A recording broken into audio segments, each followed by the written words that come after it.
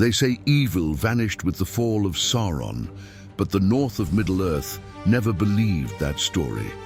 There are places where silence weighs more than darkness, where even the wind seems to carry memories that no one dares to speak. It was in this setting that Dwalin, the most loyal of Thorin Oakenshield's companions, noticed something that everyone else ignored.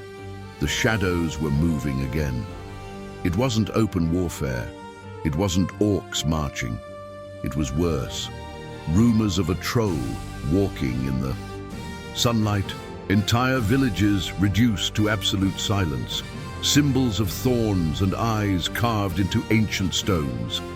And at the center of this labyrinth of omens, a young dwarf named Froh, whose courage did not yet know the price it would have to pay.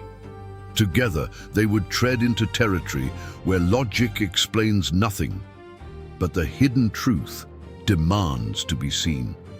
Because certain forces do not die, they merely learn to wait. Before we delve deeper into this journey, tell me something. Where are you?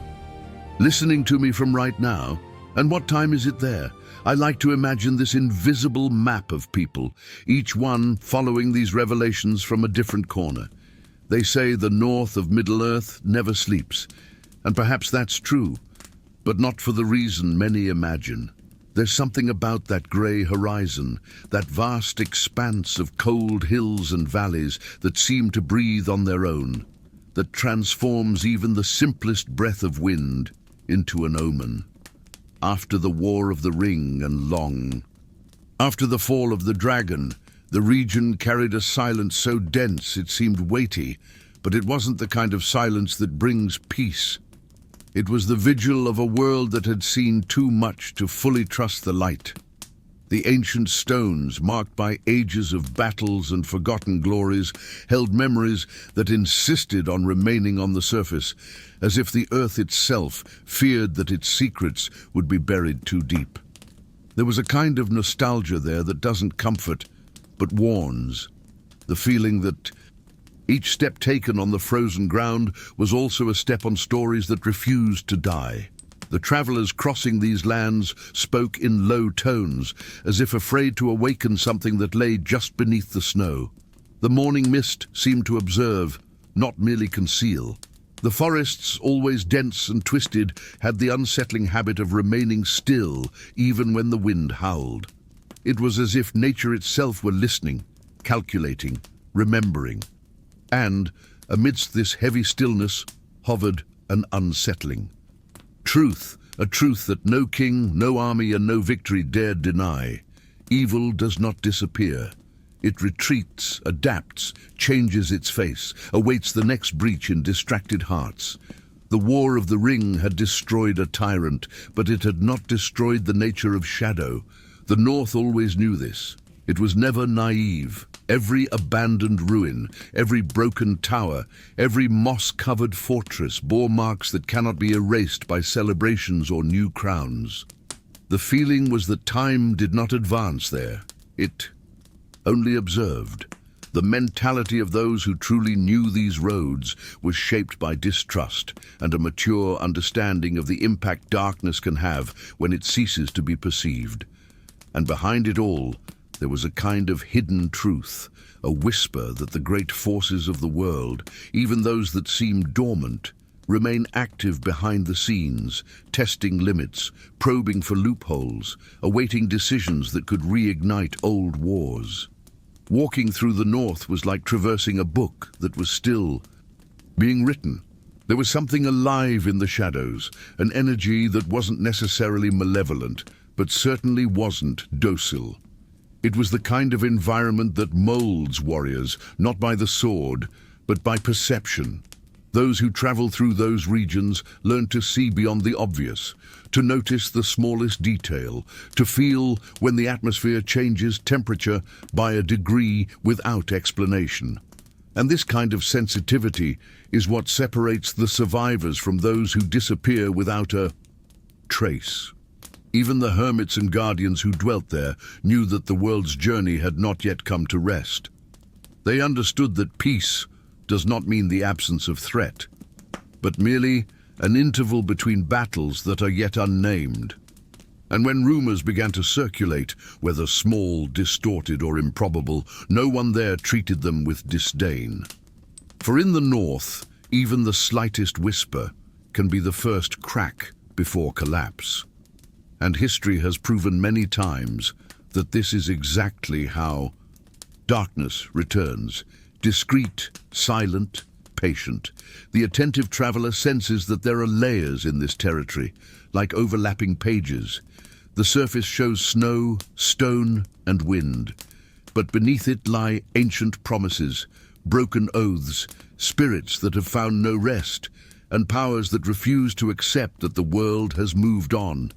It is almost impossible to walk there without feeling as if one has been watched for centuries, and not by enemy eyes, but by memories that have become conscious. The victory at Erebor had filled the halls with a brilliance many believed lost forever. Hammers echoed like hearts celebrating a new beginning. Gold gleamed once more under the forge's fire, and young dwarves walked the corridors with the confidence typical of those who had never seen their lives snatched from their own hands. But for Dwalin, all that prosperity had a strange taste, as if each lit flame illuminated not what had been conquered, but what had been irretrievably lost. He walked through the restored corridors, feeling the silent impact of the absence of Thorin, Fili, and Kylie, not as distant shadows, but as interrupted presences, echoes of voices that should have been there, laughing, arguing, rebuilding together. The other's mind seemed immersed in an almost childlike hope, while his remained rooted in the memories of the war, where every decision had real weight, an immediate consequence, a hidden truth that the feasts and new banquets could not erase. At night, when the sounds of the forges faded and the conversations dissipated in the corridors, Dwalin would sit alone, polishing the blade that had accompanied him in battles that no sculptor could ever justly depict. It was in these moments that the mask of victory dissolved, revealing an emptiness he couldn't name. The world saw a hero. He saw only a survivor. There was something painful in realizing that peace, so desired by so many, could become a silent prison for someone who had learned to live on the fringes of battle, where life and death touched like two sides of the same coin. Reconstruction around him progressed rapidly, but inside him everything seemed suspended, as if his own journey had stopped at a point no one else could see. The young men greeted him with respect, some even with admiration, but listening to their voices, full of plans and an almost naive optimism, Dwalin felt conflicted. Part of him wanted to believe in this bright future. Another part knew that darkness never completely disappears. It only changes form, and it was precisely this realization that created the hardest scar to bear. That of someone who understands that war doesn't end when enemies fall, but when the mind finally finds a place to rest, something he had not yet achieved. For many, victory represented transformation. For him, it only revealed how much he had been shaped by something that no longer existed, leaving him trapped between what was and what should be. As he passed through the treasury hall, he saw mounds of gold rising like artificial mountains. Each coin reflected undeniable material achievements, but for Dwalin, they were also small windows showing all that had been paid for them. Sacrifices, losses, decisions that still echoed in his conscience. The abundance around him contrasted with the scarcity within. Many there believed that wealth brings stability. He, however, knew that no amount of brilliance could fill the spaces left by fallen brothers. Gold could buy reconstruction, but it couldn't bring back those who were lost along the way. Even amidst the laughter, dancing and songs celebrating a new era, Dwalin felt like a stranger observing a party through a half-open door. Present but disconnected, victorious but incomplete, as if he carried a hidden truth that no one else dared to face. Peace doesn't mean healing. Sometimes it simply means silence. A silence so intense that it exposes inner cracks, that the war, with all its chaos, managed to disguise. And it was in this contrast that he perceived the depth of his own melancholy, because, contrary to what many believed, it wasn't the battle that had destroyed him. It was the feeling of no longer knowing where he belonged when it ended. Even so, something within him remained awake, like a persistent spark waiting for the right breath to rekindle it. The North called, not with words, but with that kind of intuition that arises when the soul recognizes that there is still an unfulfilled purpose. And while Erebor celebrated conquests, Dwalin heard only a different silence, a silence that seemed laden with omens, as if the world were about to reveal new layers of meaning, new stories hidden beneath the weight of routine and reconstruction. The first rumors reached Erebor, as all dangerous stories do, mixed with exaggeration, laughter, and the childlike confidence of someone who believes they've seen it all. Merchants from the north spoke of a troll walking in the sunlight without turning to stone, traversing forests and villages like a restless shadow. For many, it was just folklore, another story created to spice up long journeys and warm, cold nights. But for Dwalin, there was something different in that narrative, a detail that didn't sound like invention, a subtle deviation that touched a part of his mentality that had never let go of war. He listened in silence, observing how the men told their stories, the hesitation in their eyes, the weight of the pauses. It was in these behind-the-scenes moments of conversation that the truths the world preferred to ignore were hidden. The idea of a troll that wouldn't bow down to the sun broke known laws of Middle-earth. It was the kind of revelation that carried impact, not because of the creature's size, but because of what it signified. If such an ancient rule had been broken, then something was stirring in deep layers, where only ancient and forgotten powers usually touch. And Dwalin, who always had a sharper instinct than his own will, felt that familiar pressure in his chest, the same pressure that arose before battles that changed destinies. It was as if an ancient reflex had awakened, a silent call that didn't depend on words. While the others laughed at the story, he analyzed the logic behind it. Creatures don't evolve overnight without something forcing them to. And a troll walking in the sun wasn't an isolated anomaly. It was a sign, an indication that invisible forces were testing limits, probing the world to discover how far they could advance before being noticed.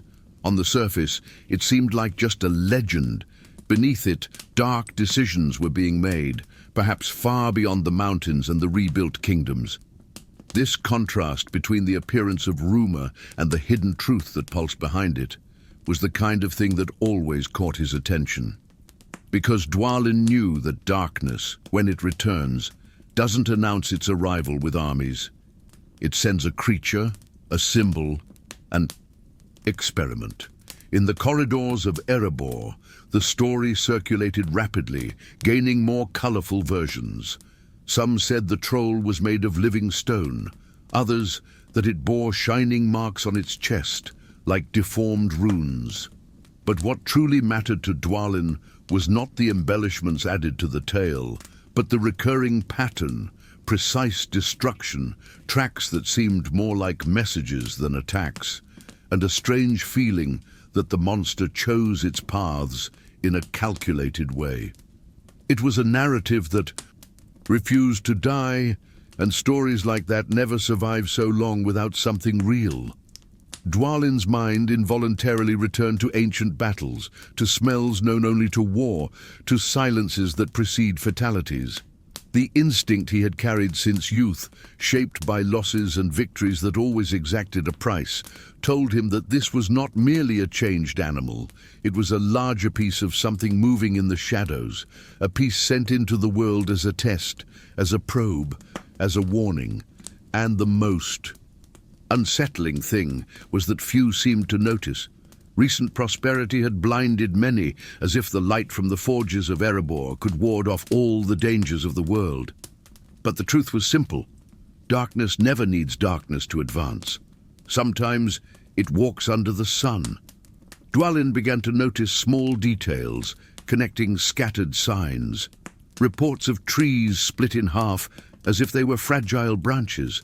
Stones crushed with impossible force. Trails too deep for the feet of an ordinary creature. And above all, the absence of something that should be present, animal fear. The troll walked as if unafraid of being seen, as if wanting to be seen. This revelation disturbed him, not because of the monster, but because of the mentality behind the act. Who controls a creature capable of defying the sun itself? Who benefits from spreading unease slowly in calculated doses? The North whispered, as it always whispered to the attentive. And Dwalin, who had never learned to ignore these murmurs, knew he was facing a journey that called to him in an almost personal way. It wasn't just curiosity, it was recognition. He had felt this vibration before, in the days when Smaug flew over the world as a sentence, in the moments when chaos preceded great transformations. The difference now was that no one seemed to perceive the magnitude of the threat, because it was still disguised, camouflaged as legend, a perfect mask for those who wish to act without being noticed. And it was at that moment, while the others continued their quiet routines, that Dwalin became aware of the truth hidden behind the rumors. The danger wasn't the troll. The danger was what the troll represented. Proof that someone was defying the fundamental laws of the world to silently declare their return. It was a calculated, subtle, strategic move, and deep down, Dwalin understood that if he ignored this call, he would be denying everything he had learned in years of battle. His journey was not yet over. Perhaps it had never truly ended. Dwalin always believed that true decisions are born not from speeches, but from silences, and it was precisely in silence that the transformation began to work within him.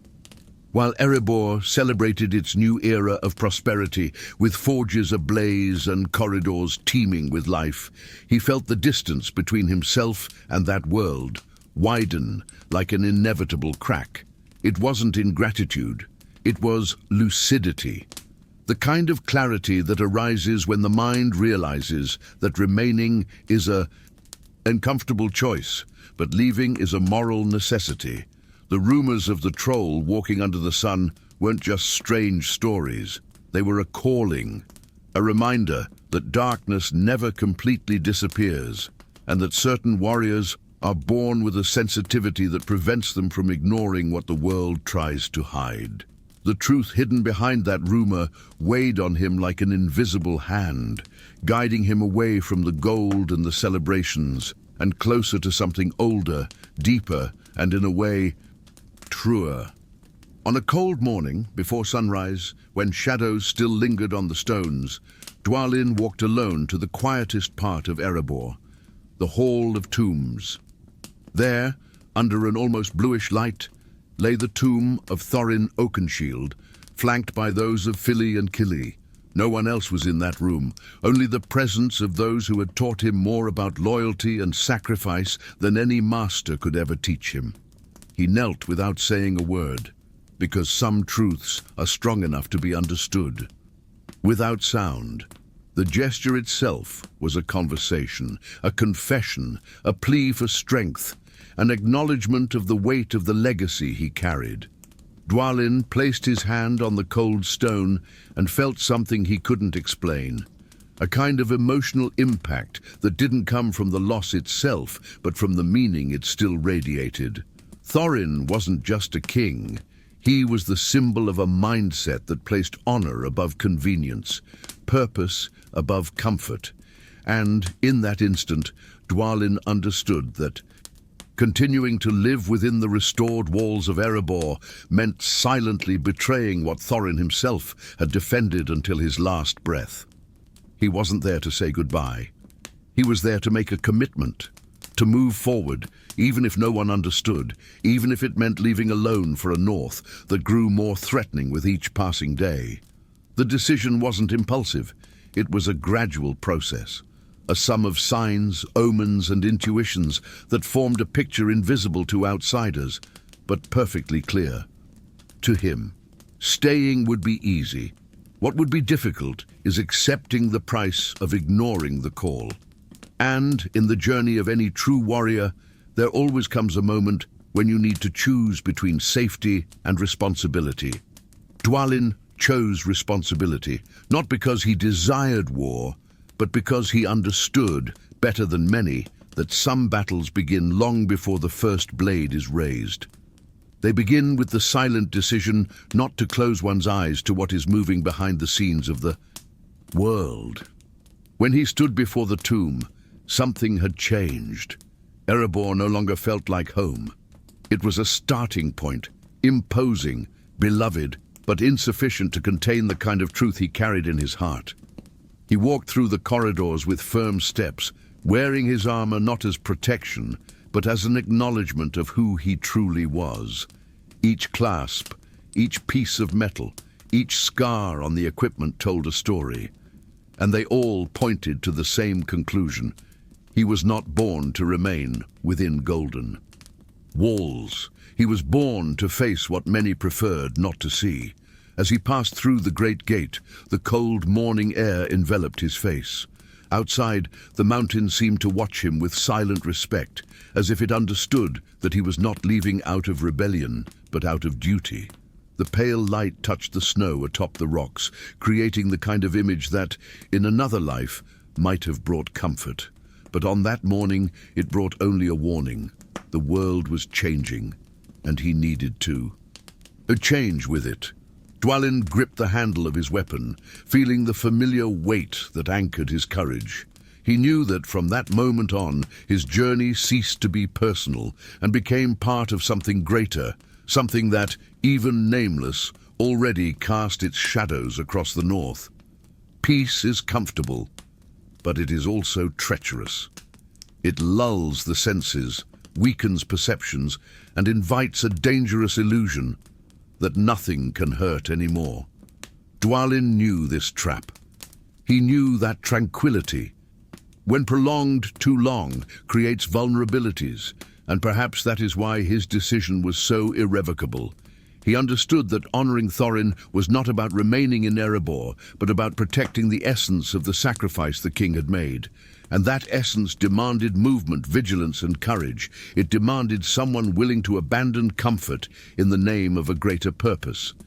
Froh had always been known among the blacksmiths of Erebor for his almost naive enthusiasm, an energy that contrasted with the weight of the hammers and the seriousness of the embers that shaped the steel.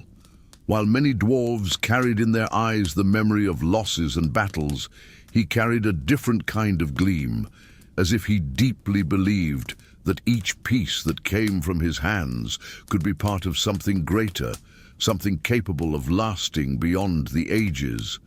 This youthful, creative mindset seemed out of step with the world he lived in, a world rebuilt upon ruins and scars. Froh, however, saw in the forge's fire the same promise a child sees in the dawn, the possibility of transforming what exists into something that does not yet exist, but can come into being with effort, courage, and imagination.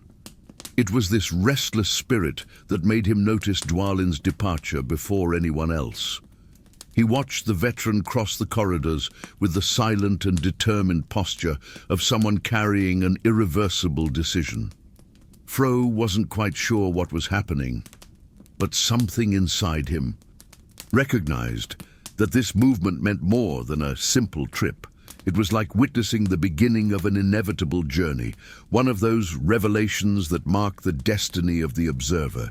And even though he hadn't spent much time with Dwalin, he knew who he was, a warrior shaped by battles that stories can't fully describe, a survivor whose losses spoke through his silences. Perhaps that's why he felt so drawn to that figure, not out of idolatry, but because of the hidden truth that seemed to envelop him, the kind of truth that only those who have lived on the edge carry in their eyes. When Froh left the forge that day, the sound of hammers still echoed behind him, but his mind was already elsewhere. He followed Dwalin at a distance, having planned nothing, guided only by an instinct that mixed curiosity and purpose. With each step, he felt a symbolic impact taking shape within him, as if something were pulling him forward. And, as he finally approached the veteran, he realized that his decision did not come from logic. It came from the heart. It was there, in that seemingly simple moment, that his path deviated from the ordinary and touched something much greater. The journey that awaited him was not written in books, but in silent omens that only a few can notice. Dwalin, for his part, was taken aback by the young man's presence. He was used to facing terrifying creatures, but there was something disarming in the direct way Froh looked at him, as if seeking not a master, but a mirror that showed who Dwalin once was, before the losses, before the weariness, before the feeling of carrying the weight of the world on his shoulders. And it was precisely this generational difference that caught his attention. Froh represented the hope he believed he had lost. He represented the belief that there is still something worth building, even when the world seems to be tilting towards the abyss again. It was as if the young man's presence stirred something dormant within him, forcing him to confront truths he preferred to ignore. The conversation between the two was short, but intense.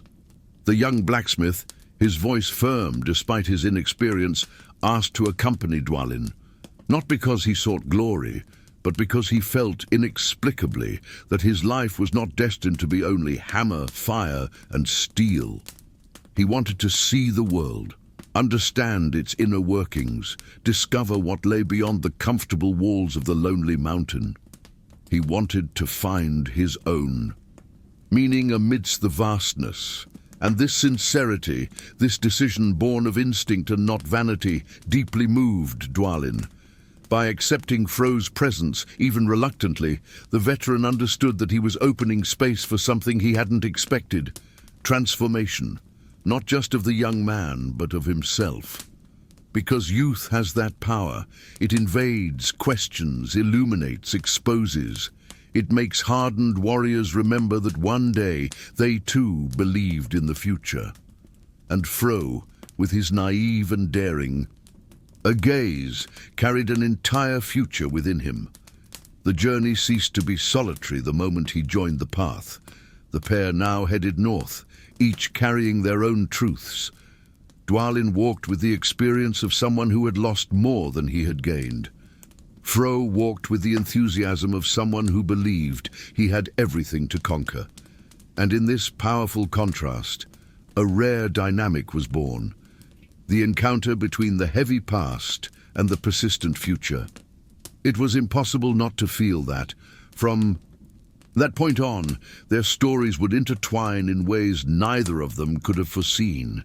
The journey northward progressed with increasing weight, and it wasn't just the weariness of the road shaping this feeling. There was something in the air, almost imperceptible, like a shift in emotional temperature preceding great revelations. Dwalin walked silently, but his trained eyes absorbed every detail of the surrounding scenery. Froh, despite his youth, was beginning to perceive this same vibration, a kind of warning that doesn't spring from imagination, but from accumulated experience behind the scenes of the world. The first signs appeared discreetly: footprints too deep to belong to any ordinary creature, trees split in half as if they were fragile branches, and a pattern of destruction so specific that it seemed somehow calculated. The chaos there wasn't disorder, it was language. When they arrived at the first silent village, the impact was immediate.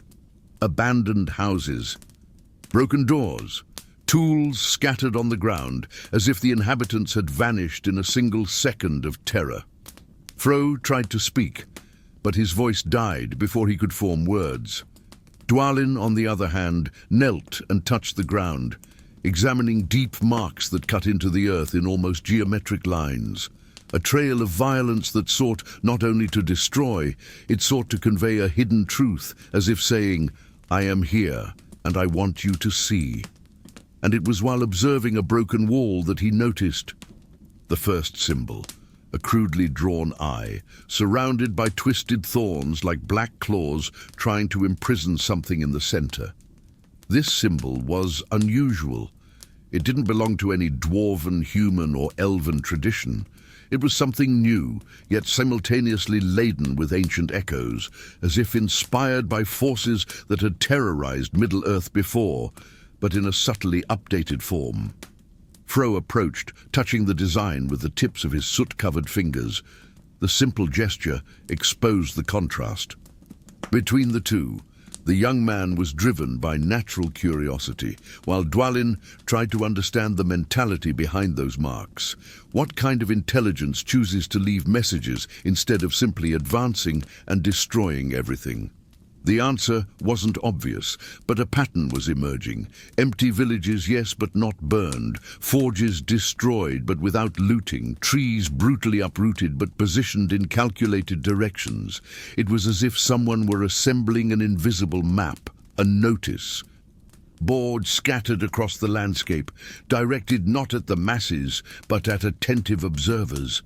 A reminder, a provocation, perhaps even an invitation for the right enemy or the right target to notice their advance. And this thought brought Dwalin a familiar unease, the feeling that they were dealing with an adversary who knew the fundamentals of psychological warfare very well. Froh noticed subtle variations in the markings, differences that would go unnoticed by anyone not paying close attention. This unexpected collaboration between youth and experience created a new rhythm in the investigation. Dwalin recognized broad patterns, while Froh perceived nuances. It was like observing the same work through two different lenses, one shaped by profound loss, the other by hope and a desire to understand. When they compared the symbols found in three distinct locations, they realized something disturbing. The eye, surrounded by thorns, was not just a signature, but seemed to record mood, intention, and even direction, as if each variation were part of a still unknown vocabulary. This discovery completely changed their journey. They weren't just chasing an anomalous troll, they were deciphering a message written with destruction. And the further they advanced, the clearer it became that the monster wasn't wandering aimlessly. It followed a specific route. It visited strategic places, ignored others. It seemed to be testing boundaries, gauging reactions, observing consequences. This indicated something impossible to ignore. There was someone behind the creature, something or someone capable of shaping its nature, controlling its behavior, and using its presence as a tool. The marks scattered along the way made it evident that the true enemy wasn't the troll, but the intelligence that guided it. Froh began to question why no one else had noticed this. And Dwalin, in a low voice, explained that most people see destruction as an end in itself, not as communication. It took I trained by suffering and strategy to understand when chaos speaks, and speaks loudly. This realization brought a new layer to their journey, a kind of moral weight. They were not only facing a physical threat, but an enigma built with intentional decisions and hidden ambitions. The impact of this was profound. If they could decipher the logic behind the marks, perhaps they could anticipate future moves. But if they failed, whatever was planning these attacks would have time to strengthen itself in the shadows. What was most intriguing was that despite the destruction, nothing seemed to be the result of uncontrolled rage. On the contrary, it was precise, almost meticulous. Brute force was present, yes, but the choice of targets was rational. And this revealed, without a doubt, that there was a purpose developing in layers that they did not yet understand. Froh, for the first time, felt the weight of true responsibility. That was the difference between forging weapons and using them in the real world. The battle is rarely against the visible enemy. It is against the intention behind it. The first time Dwalin spotted the troll in the distance, there was no roar, no charge, no instinctive brutality one expects from a creature of that size. What there was silence, a silence so profound it seemed to swallow the wind. The creature stood in the middle of a devastated clearing, the pale light of late afternoon beating against its grey skin, revealing deep fissures that resembled cracks in living stone. Froh held his breath, expecting the monster to sniff the air and rush toward him. But nothing of the sort happened. Instead, the troll slowly lowered itself, with unnatural calm, and touched the spiky symbol etched into the ground with the tips of its enormous fingers as if reading. It was at that moment that their perception changed. The scene, which should have evoked chaos, awakened something else. Rationality. A rational terror, one that doesn't depend on screams or violence, but on the impact of seeing the impossible happen before their eyes. The troll didn't behave like a beast, it behaved like someone who understands instructions. Every gesture was deliberate, measured, almost obedient, and this silent obedience said more than any attack could. They watched, hidden among the twisted tree trunks. The monster ran its hand over the mark as if inspecting its own work, then raised its face to the horizon, not to sniff, but to await something. An answer, a command, an invisible signal that only it seemed capable of deciphering. And it was there that the most disturbing detail occurred. It murmured. It wasn't coherent speech, but neither was it the disoriented grunt typical of its species. It was an attempt at vocalization, a distorted echo, as if repeating sounds taught by someone who doesn't care about perfection, only intention. For Dwalin, this was a revelation that reorganized the entire logic of the journey. It wasn't just a troll walking under the sun.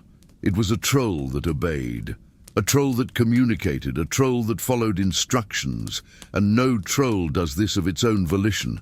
The creature showed no anger, hunger, or pleasure. It demonstrated purpose, an almost ritualistic discipline that was far more terrifying than any savagery. It didn't destroy on impulse, it destroyed by design. Each abandoned village, each shattered forge, each fallen tree was not the result of blind violence, but a direct consequence of precise orders, of a larger pattern that revealed itself not only in the tracks, but in the monster's own behavior. Froh felt the weight of the scene as one who realizes for the first time that the world is deeper than he believed. His youthful, optimistic mindset collided with the dark complexity before them. He observed the creature as one witnesses behind-the-scenes events he never imagined existed, a hidden truth that shatters certainties. This was not random. It was engineering. It was manipulation. It was a creature molded, trained, and perhaps even modified by hands or minds that wished not only to spread fear, but to communicate a much greater message. The troll remained motionless for long seconds. Then it turned slowly and walked into the forest, not like a predator hunting prey, but like a messenger fulfilling the next step of an order. Dwalin, still motionless, followed each step with a growing sense that they had crossed an invisible boundary. Until that moment, they had been chasing a monster. From that instant on, they were chasing an intention, a will, a presence operating behind the chaos, orchestrating everything with almost military precision. This understanding brought to light a new dimension of the threat. If someone had managed to teach a troll to obey, to interpret marks, to act with caution and purpose, that person, or that force, was not playing with common tools. They were using ancient creatures as instruments of a still hidden strategy. Dwalin knew that this represented a level of preparedness and ambition that should never have returned to Middle-earth. Froh in turn realized that their journey was not merely physical, it was emotional, moral, and mental. He saw the transformation happening within himself, gradually undoing his naivete and opening space for a harsher but necessary understanding of the world. The revelation, however, did not end there. Because as he watched the troll disappear among the trees, Dwalin also noticed an even more unsettling detail. The creature did not look around cautiously. It did not fear being hunted. It walked as if it knew it was protected by something greater, something whose presence was enough to ward off any threat. This said a lot, perhaps too much, about the nature of the force that controlled it. When Dwalin began piecing together the fragments of that strange trail of destruction, he realized that the symbols left by the troll were not merely waypoints, but part of something larger, almost like scattered pieces of a puzzle, meant to be understood only by those who have known darkness intimately. Froh noticed that the variations between one symbol and another seemed too intentional to be mere whims of a creature.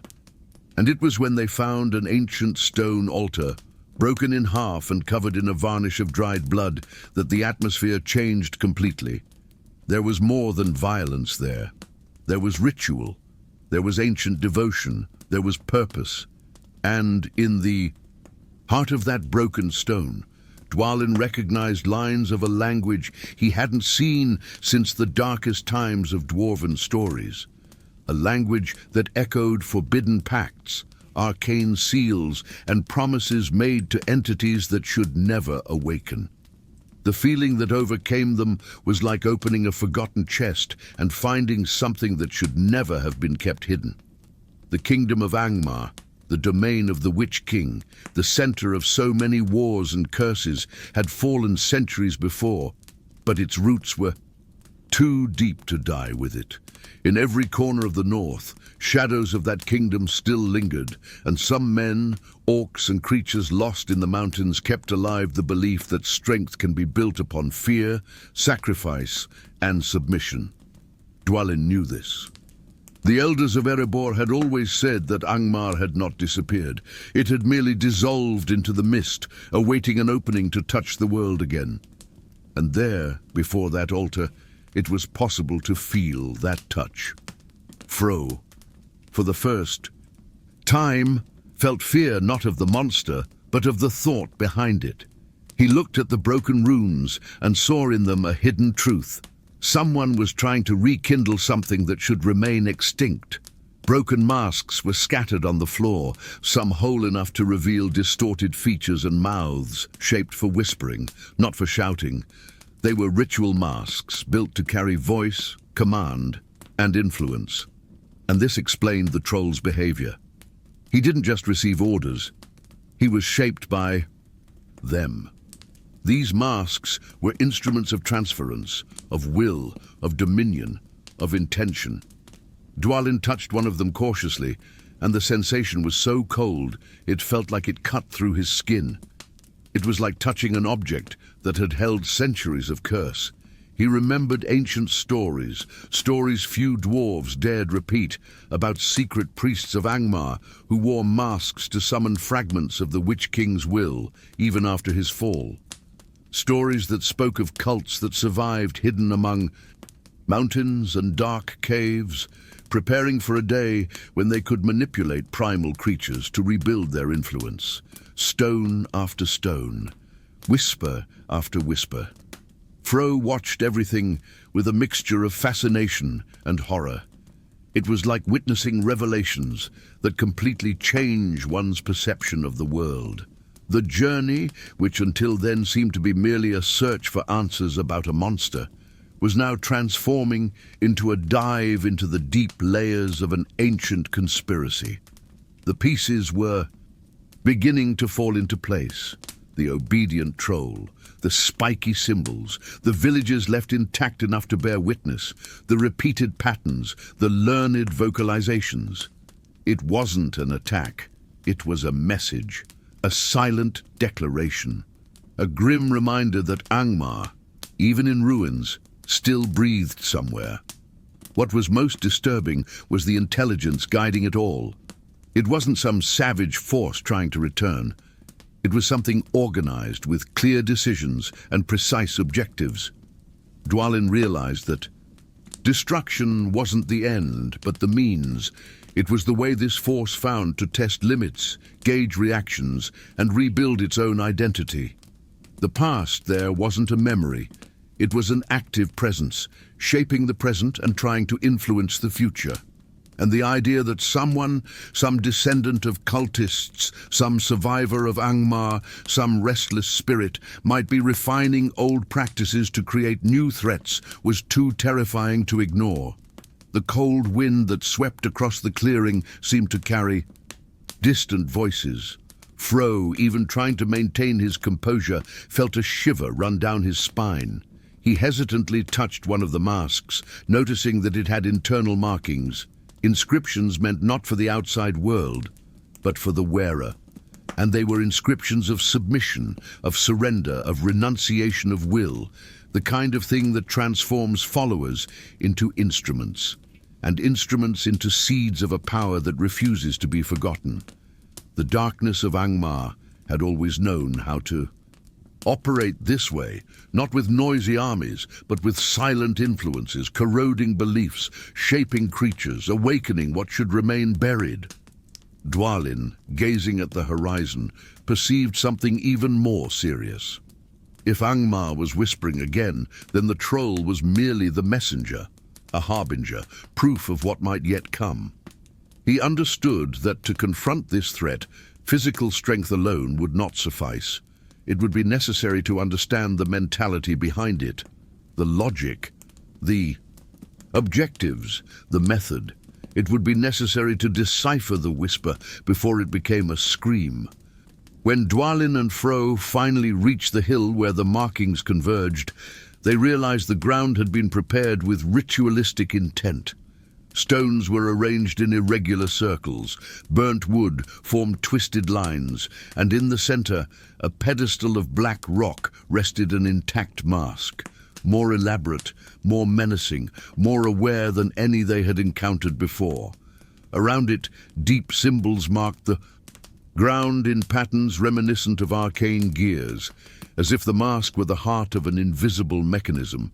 The air seemed to vibrate with a subtle pressure, as if each breath carried with it traces of an ancient whisper.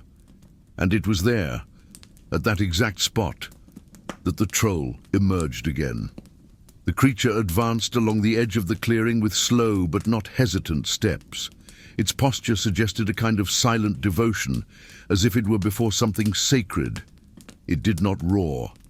It did not show anger, only obedience.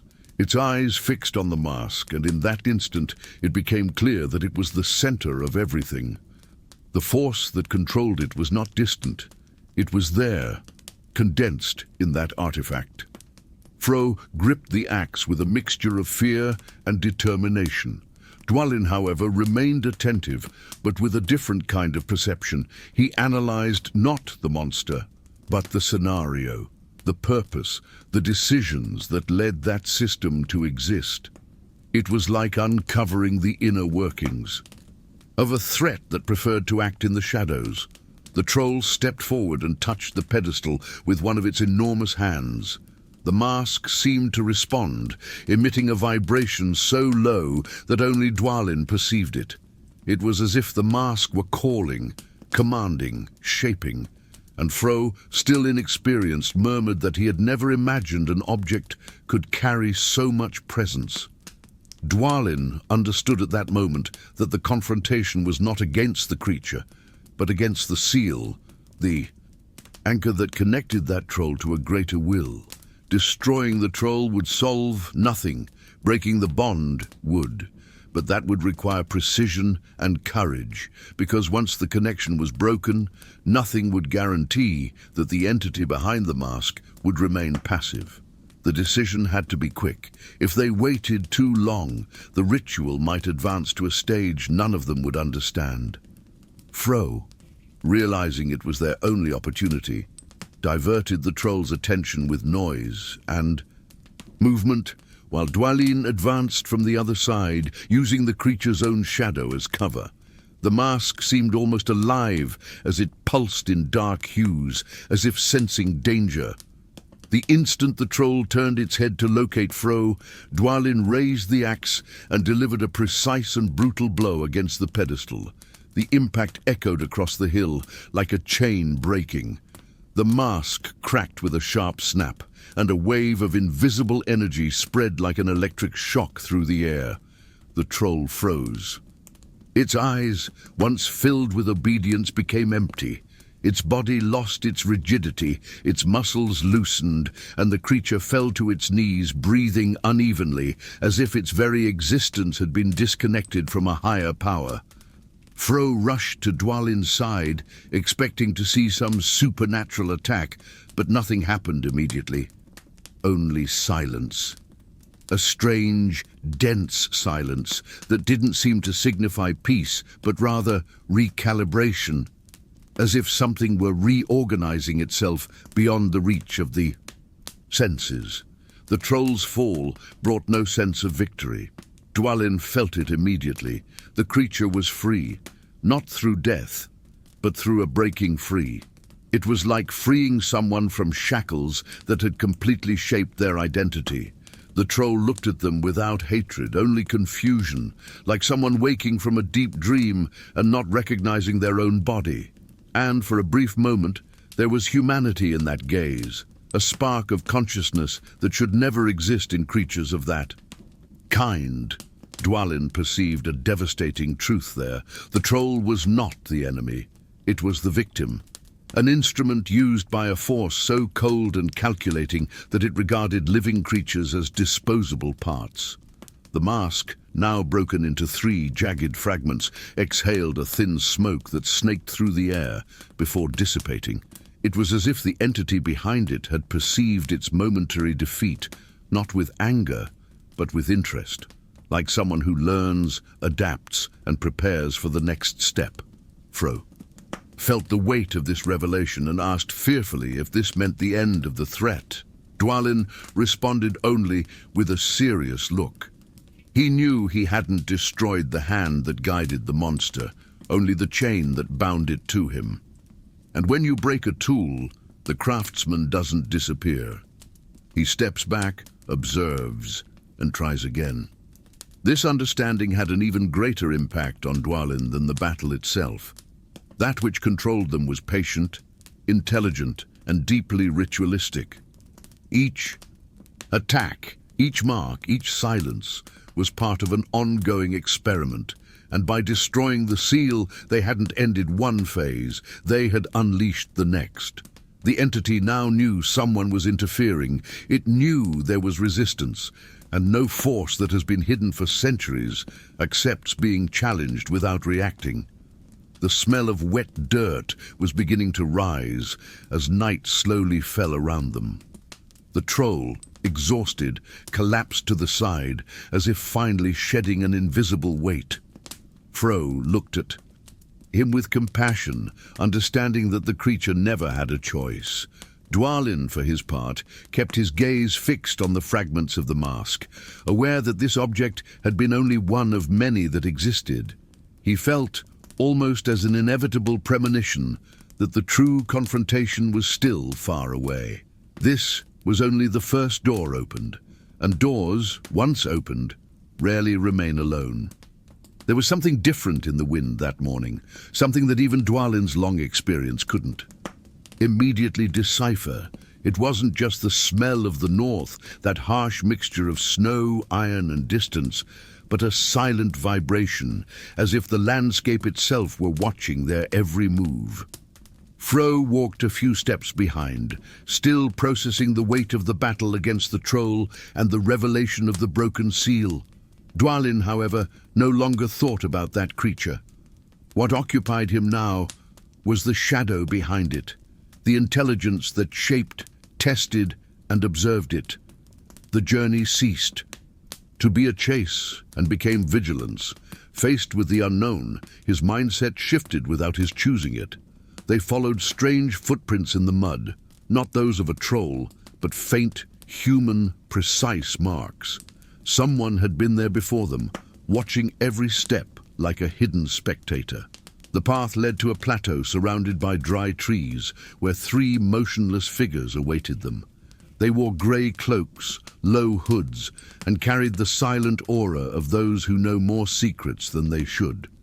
When the first of them rested his hand on his bow and revealed his face, Dwalin recognized him immediately, one of the Watchers of the North, remnants of the ancient lineages of the Dunedain, men who lived among ruins and invisible borders.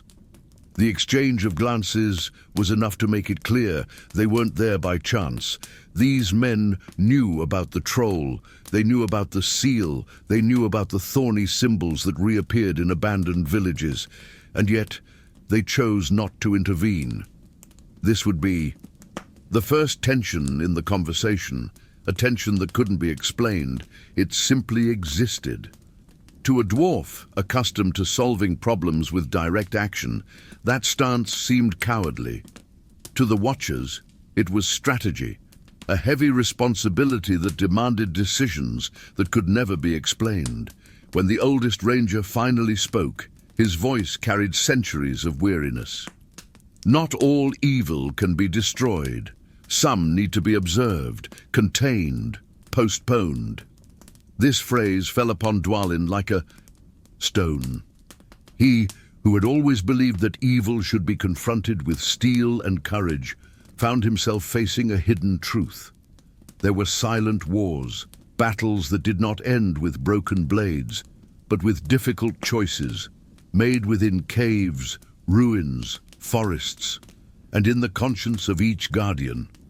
Froh, young and inflamed, reacted with indignation, but Dwalin remained silent, studying those men and all that they did not say. The transformation began there, when anger gives way to understanding, and understanding becomes a new form of responsibility. The Watchers asserted that the destroyed seal was not the only one. The masks, the symbols, the rituals scattered throughout the north, all were part of a larger system, an ancient web that was not awakening by accident. They hinted that by breaking the mask, Dwalin had awakened more than just been liberated. It was like pulling a thread from a very old fabric, and now the entire structure was beginning to move. The emotional impact of this revelation was immediate. The dwarf realized he was no longer dealing with a simple, isolated threat, but with something that spanned ages, forgotten pacts, and decisions that shaped entire kingdoms. From that moment on, Dwalin stopped seeing himself as a monster hunter. That mentality, simple, direct, necessary, was no longer sufficient in the face of an evil that operated behind the scenes of time. He found himself placed in a role he hadn't chosen, that of guardian. Guardian of the North. Guardian of a secret. Guardian of a truth too dangerous to be revealed and too dangerous to be ignored. It was the same function as the Watchers, but from a different perspective. They guarded by observing. He would guard by acting. And between these two visions, an inevitable conflict was born. The Watchers warned him of something that troubled him more than any direct threat.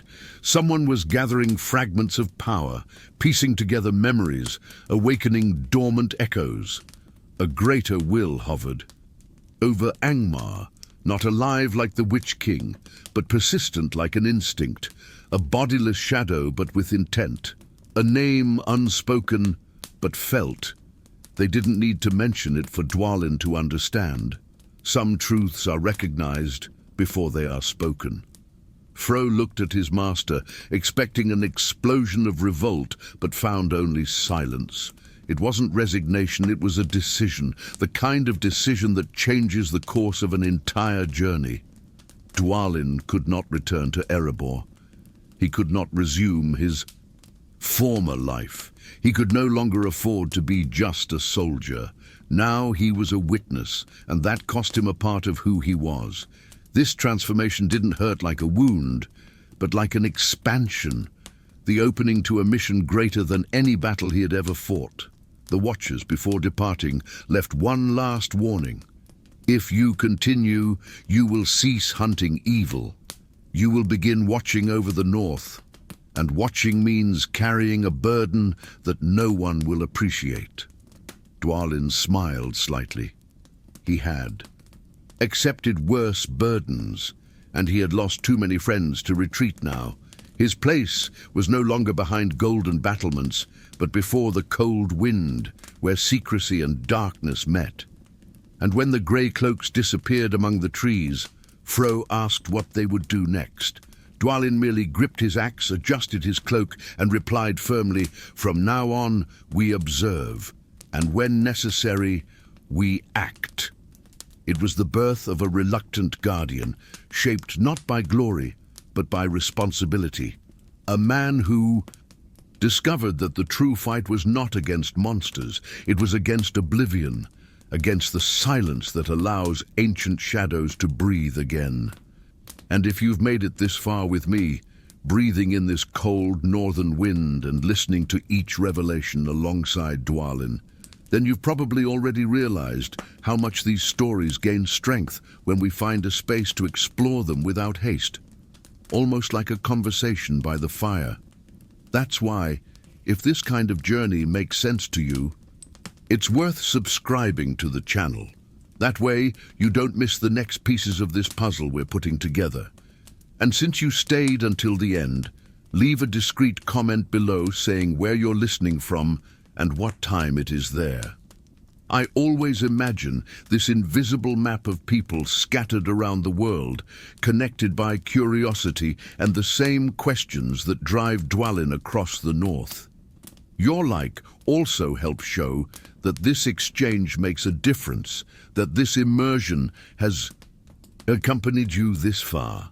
There's a video over here that perfectly complements the thread we started pulling today. Click and continue with me there. The trail of this story is far from over.